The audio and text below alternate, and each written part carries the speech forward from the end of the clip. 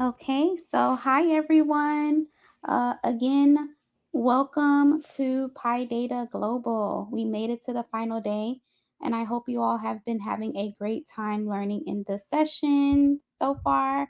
So, before we kick off, please feel free to use the chat to share your thoughts and your questions. Without further ado, please help me give a warm virtual welcome to Ian. Okay. Hello, everyone. Thanks, Patricia. I'll, I'll make a start. So I'll be talking to you today about a project that I completed, worked with a couple of people on as well. And it's about deriving insights essentially from safety log data. Um, so moving on to the first slide. So the problem statement. Problem statement essentially was, can actionable insights be derived from a large source of free text safety observations and on a continuous basis? So the key thing here is free text. So it was dependent on um, operators putting in the um, details about what the safety observation was and what action was taken. So it you ended up, because it's free text and input, is determined by the operator. You can end up with quite a large variation in the type of input that you get, and it can be makes it more difficult to derive insights from that data. And this is where we turn to LLMs as a good source to try and de initially derive those insights and from that data. So in terms of the requirements of the project, they needed an automated workflow for ingesting and cleaning that data initially. They wanted to provide some safety scoring and categorization for the observations. Um, they also want to provide an action gap analysis. So you can see that there's an action that's been taken. They want to see what would a recommended action be and compare that to the actual action taken and see if there's any gaps, for example. Um, the fourth point is want to present these insights on a dashboard and visualize them. Um, and key to all of this is implementing an appropriate large language model that's capable of this textual analysis, the categorization, the safety scoring, and just full semantic understanding of what that observation was about.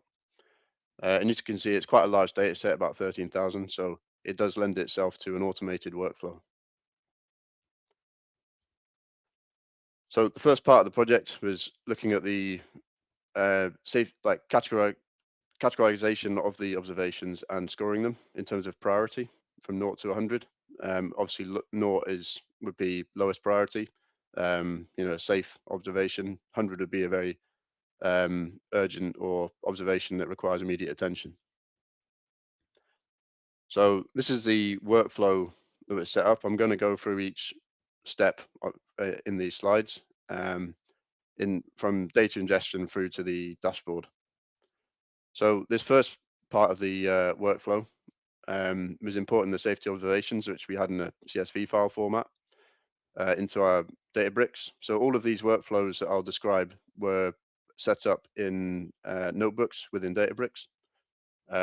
So the first stage of getting the data is cleaning it. So, standardizing the format, fix common text encoding issues and removing white space, that sort of thing. Additionally, combining multiple text fields for use in the models. So for example, as like a prompt for the LLM, it's just combining the useful fields like your title, the observation and action taken. The next part is just, I guess, same like you do with any data set. You want to have an assessment of the quality. So it's just looking at simple statistics on that data set. You can do like a semantic analysis or the length, the word count, that sort of thing, just to see what you're dealing with.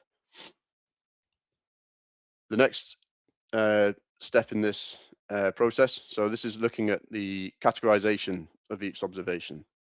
So we defined 7 domain-specific industrial categories, and each of these we came up with a description and examples and some context which were related to that.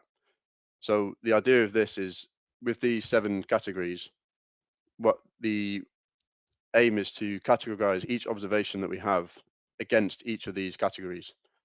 So from the description, examples, and context that we had for each of these industrial categories, we used a sentence transformer model to create essentially the encoded vectors for each of these categories, and then for the observation, we also create another encoded vector. So it's quite a high dimensional vector, for example, like 768 numbers. So the aim of that being a high dimensional vector is it'll aim to, capture the actual semantic meaning of sentences.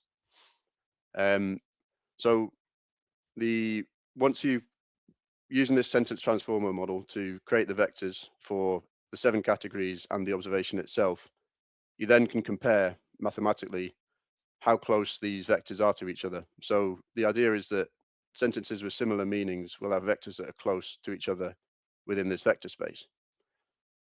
The way that you can calculate how close these are is one method is using cosine similarity score from these 2 vectors, and then normalizing it with a softmax gives you sort of an output between 1 and 0, and it then means it's a probabilistic output. So each of the categories that is weighted against those 7 categories, they'll sum up to 1 essentially. We added a bit of a temperature to it, so essentially just a factor which it basically helps assign a clear, strong preference. So it widens the gap between the scoring that we had for each of the cosine similarities. And the output from this part or section of the workflow essentially is each observation that we have will then have a percentage weighting against each of those domain specific industrial categories.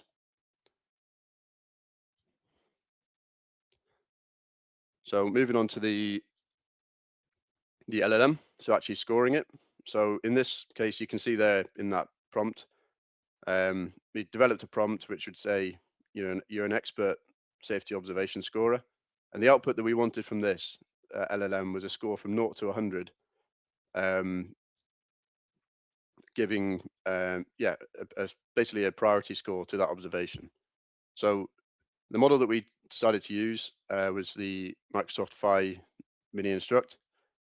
So we used it because it's instruction tuned, so for following specific prompts and tasks. It's got low computational requirements because the aim is that we'd be running this locally. There was no external API calls, so obviously data confidentiality was important here. And the prompt generated for each observation would include a clear instruction about what we wanted from it, some examples of what the output would look like, and of a scoring rubric. So it would say these type of observations would score between 0 and 20. These would score between 20 and 40. So just giving the boundaries, I guess, and the guidelines and clear instructions in that prompt for the LLM to give a score. So once you've generated that prompt, you run them through in batches, and the LLM would then output essentially a priority score for each individual observation. And what we'd have is because we've categorized them against different key areas, and we've now got a priority score. Multiplying them together gives you a sort of category weighted score against each category. And we basically just we just assumed that less than 5% similarity weight are assumed to have 0 weighting. So we only kept significant scores that were against categories that were sort of significantly similar. And that also reduced the amount of calls that we had to make to the LLM in terms of for the observation, getting the priority score. So this is just an example of what the dashboard looked like in terms of insights for the priority scoring. So you can see well, I've had to cover up some of the client specific data because I can't show that, but just to give the general idea of what was presented is you can see each individual observation with a priority score. So you can quite easily focus on and order the observations in terms of which ones are the highest priority. And then you can also break it down into the individual categories that we weighted them against. So you can see as a quick look which areas you might want to focus on more from like a management perspective. So moving on to the action recommender.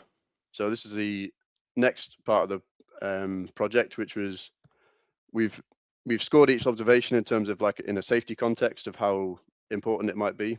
And we've also categorized them against different safety categories. The next part of it is to look at the action that was taken and essentially do a gap analysis on that and compare the action taken against what the suggested action might be. So moving on to this workflow, again, I'll go into more detail on other slides, but I'll step through it just now. Ingesting the same observation data that we have into the Databricks environment. So we have a knowledge base, which is setting up a Databricks Delta table. So this basically includes all of the observation data that we've ingested. And the aim is that because the aim is to have this deployed and live, it would automatically ingest any new CSV files of observation data that input into that particular file space. We then have link that with a real-time similarity search. So we decided to use RAG for this, and this helps essentially retrieve similar prompts to use in the prompt.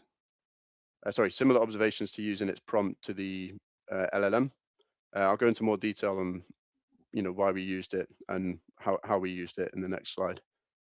But essentially, we'd use the RAG to give it more context in terms of similar observations, and then we'd come up with a prompt which is again saying generate a recommended action for this observation knowing this context.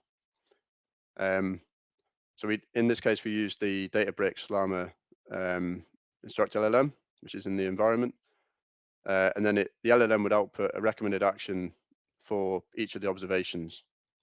And then again we'd go through that process of cosine similarity scoring. So we create the vector embeddings for the LLM output, the recommended action, and then the actual action that was taken, and then we then normalize that score between 0 and 100. So if it's 0, the actions are sort of unrelated or opposite, and then up to 100, the actions correlate quite well.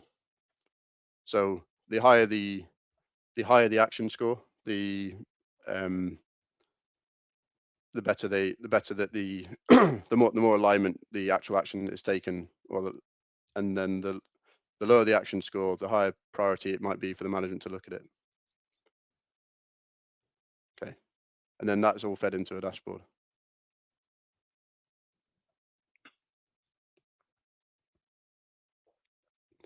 So in terms of the retrieval augmented generation framework that we used, the one issue with LLMs is it's limited to the public data that it's trained on. And there's a few different approaches you can take to improving your responses that you get. So you can, obviously prompt engineering helps a lot, getting the right prompt developed. So that's part and parcel of it using LLMs. Retrieval augmented generation is an approach you can use, which essentially it creates a vector embedding of all the different what we can do is you create a database of domain knowledge, which we did in this case was for this particular project was just the observations themselves. And what it will do is it can very quickly through a similarity search, similar to the vector embeddings, retrieve similar information to provide better context for that prompt. Fine tuning is obviously a good approach you can take. It's just for the timescales of the project, it wasn't feasible. But in that case, that would be, for example, actually a user taking the observations, actually coming up with the actual recommendations that or the actions that you would take. Same with the priority scorer. It'd be actually providing the ground truth scores that we think are correct, and then fine tuning the LLM based on say 1,000 or more observations based on that. But again, because it's quite time and resource intensive for this project, we went with the RAG approach. So yeah, it retrieves relevant information from the knowledge base, which is our observations in this place.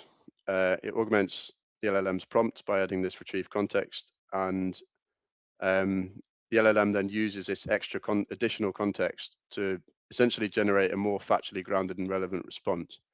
So the key thing here is it's trained on public information generally, but in this case, what you can do is enhance the output from the LLM by using, in this case, we use the observation data, but there's potential for you to use other information that the client has, for example, specific industrial codes or standard operating procedures and those sort of things, which it can then draw on information.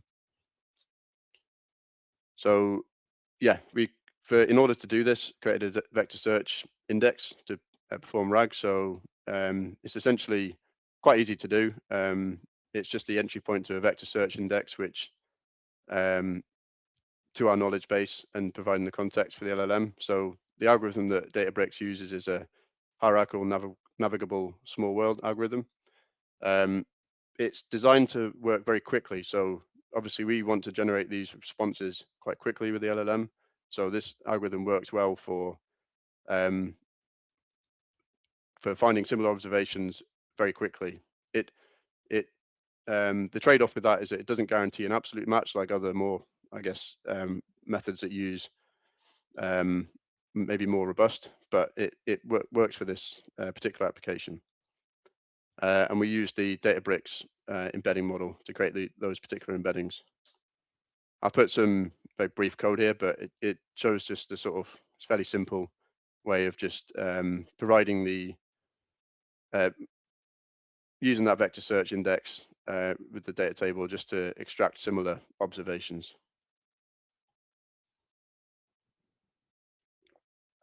Did a brief analysis on the action scores that we're getting back from the cosine similarity, and this is just running on a batch of say 1200, and just shows a fairly normal distribution. Point raised that not all of the LLM output could be parsed correctly, so there were a number of observations that had a -1 score in that case. So there's definitely improvement that could be made in terms of how the prompt is engineered and to the LLM. But as a first pass, the general error rate was fairly low and acceptable. Again, this just shows some of the code for calculating your action score in this case. So it takes the actual action, you encodes the embedding model encodes it as a vector. Same with the recommended action, and then it just computes a similarity score from that.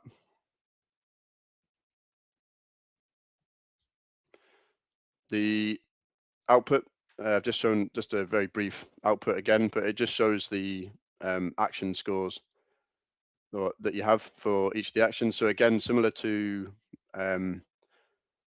the priority scorer, where you can prioritize. We've given a numerical prioritization essentially to all these actions. You can then do the same in terms of, we've got one side of it which is saying these are important from a safety context, and then the other side is these are actions are important because there's a disparity between what we think should be done compared to what has been done.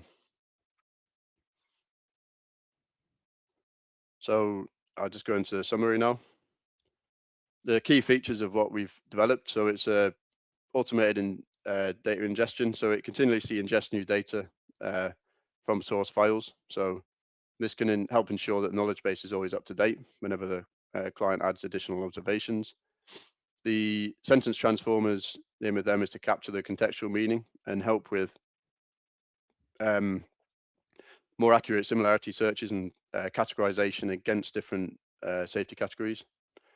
We've used the RAG framework to essentially provide a prompt which a more context-aware prompt, which will help ensure that the recommended actions are more relevant and based on the vast knowledge of the actual past incidents or safety observations that have taken place.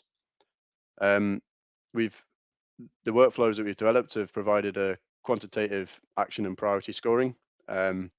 So it's an objective data-driven score for every action that was taken, and a gap analysis on that, and also a quantitative priority score in terms of like a safety context as well of how important that is. So it helps in having these quantitative scores, and then that enables you to um, improve your performance tracking and your trend analysis, and also your identification of areas for improvement. Um, it's a fully automated and scalable pipeline, so it's all orchestrated through a series of notebooks in the Databricks platform. Um, it's robust and repeatable, and it can scale as the volume of data grows. So this was just an initial phase in the project. There are future phases identified or future work identified. Um, the next the next slide, I'll go into more details about what the next steps might be. The one thing to mention with the vector search index, so it'll automatically work and sync with new data. So this does allow the knowledge base. So at the moment, it's just safety observations, but the aim is to have that grow and adapt over time without manual intervention.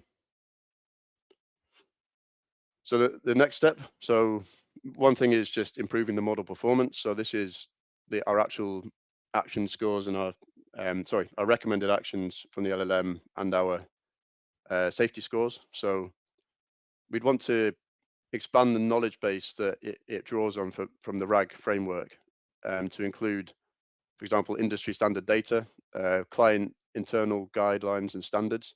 So all of this information can greatly provide much improved context for that large language model, and it'd be quite fairly the way that Databricks set up, it'd be fairly simple to implement in terms of providing that additional information, which can then be converted into vector embeddings, and it can then perform that RAG retrieval on that information to provide that better context for the LLM. So that would help scale it, the action recommender and LLM workflow better. The model performance, again, there's another point, is we could potentially look at fine tuning the priority scorer, for example, and using a reduced expert labeled data set. So given a bit more time for the next phases, that would be certainly a useful exercise to do. The RAG Gen AI technique wasn't included for the priority scoring workflow, but obviously it would be it makes sense to actually use that as well for both workflows and integrate them. So the aim of both of those 2 points is to try and improve the LLM output and the accuracy that you might get from its scoring.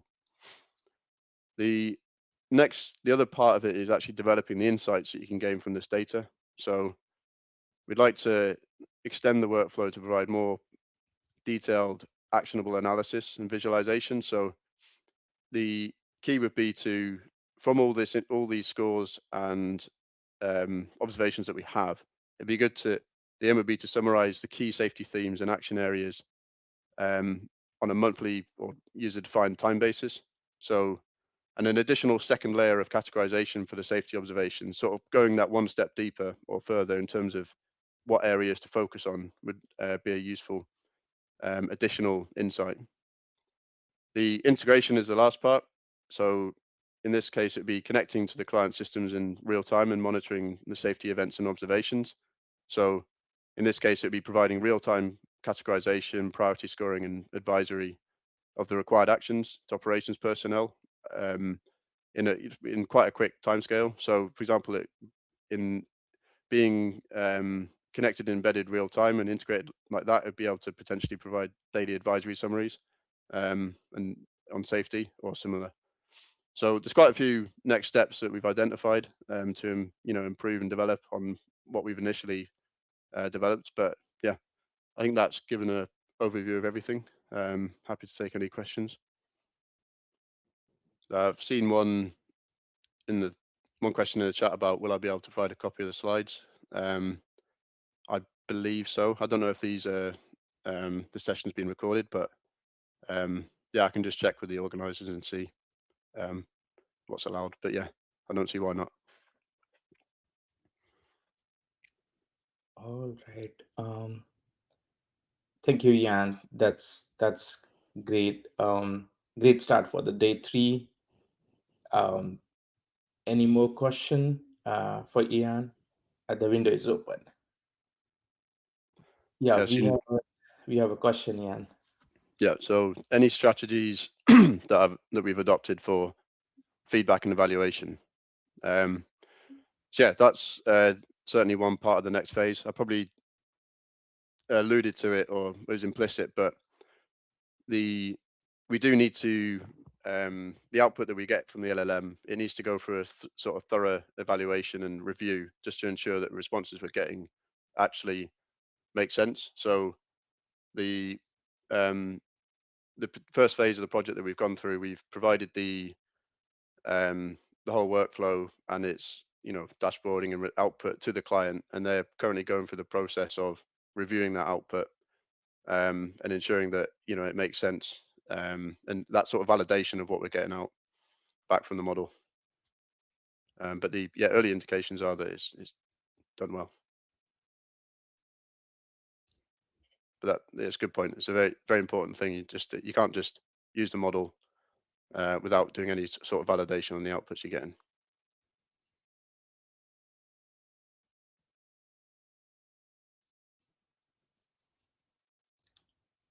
Great. Do we have more questions? Sure. We'll definitely provide the details. And the session is recorded, so you can definitely revisit the sessions anytime. It will be live later, so you can revisit again. It's a great session. A great start for the day three.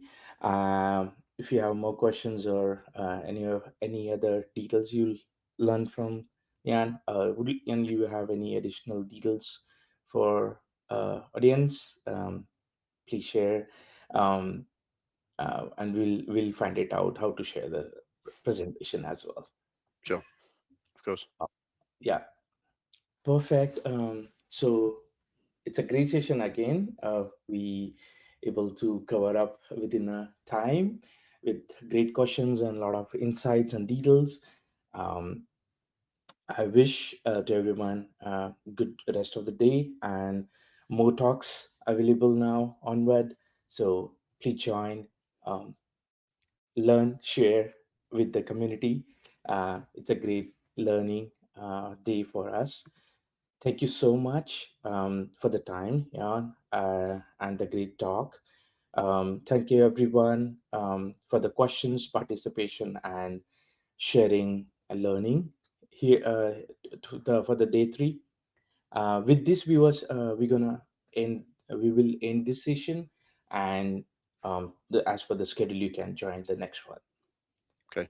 Yeah, thank you. Thank Thank you for the you. opportunity Yeah. and appreciate people Yeah. tuning in. Perfect.